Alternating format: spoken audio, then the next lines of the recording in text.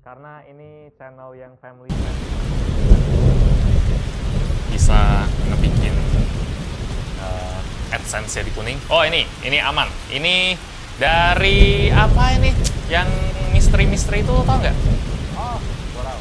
Itu Danganronpa 2 kayaknya, atau Danganronpa 1. Terus, oh ini baru si itu yang tadi yang awal saya bilang itu kayaknya ini si Emilia, terus